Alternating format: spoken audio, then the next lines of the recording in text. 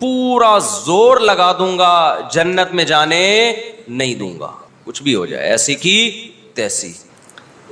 یہ نہیں سوچ رہا بے وقوف کہ اس کا آدم اور اس کی اولاد کو تو نقصان ہوگا, کمبخت تجھے کیا فائدہ ہوگا اس کا, کیا اس پہ تجھے کیا قیامت کے دن کوئی نشان حیدر دیا جائے گا, یا کوئی شیلڈ دی جائے گی تجھے تیری خدمات پہ, یا تیری برادری تجھ سے خوش ہو جائے گی کہ ابا ایسا کام کر کے گئے کہ مزہ آ گیا ہے بھائی, کچھ بھی نہیں ہوگا, بلکہ اس سے تجھے اور نقصان ہوگا, تو ہمیشہ کے لیے اللہ کا دشمن قرار پائے گا, پھر میدان حشر میں تیرا حساب ہوگا, پھر تجھے ہمیشہ ہمیشہ کے لیے جہنم کی آگ کے حوالے کر دیا جائے گا. تو کیوں اتنی بڑی مصیبت مول لے رہا ہے؟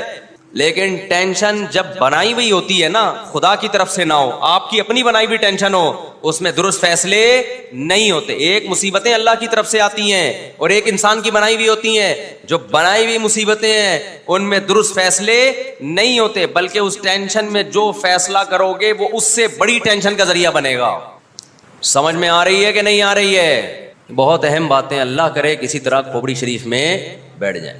تو الٹا ہی فیصلہ کر لیا اس نے بولا اللہ مجھے مہلت دے دے, اب دیکھ میں یہ شیطان آدم اور اس کی اولاد کے ساتھ کرتا کیا ہوں.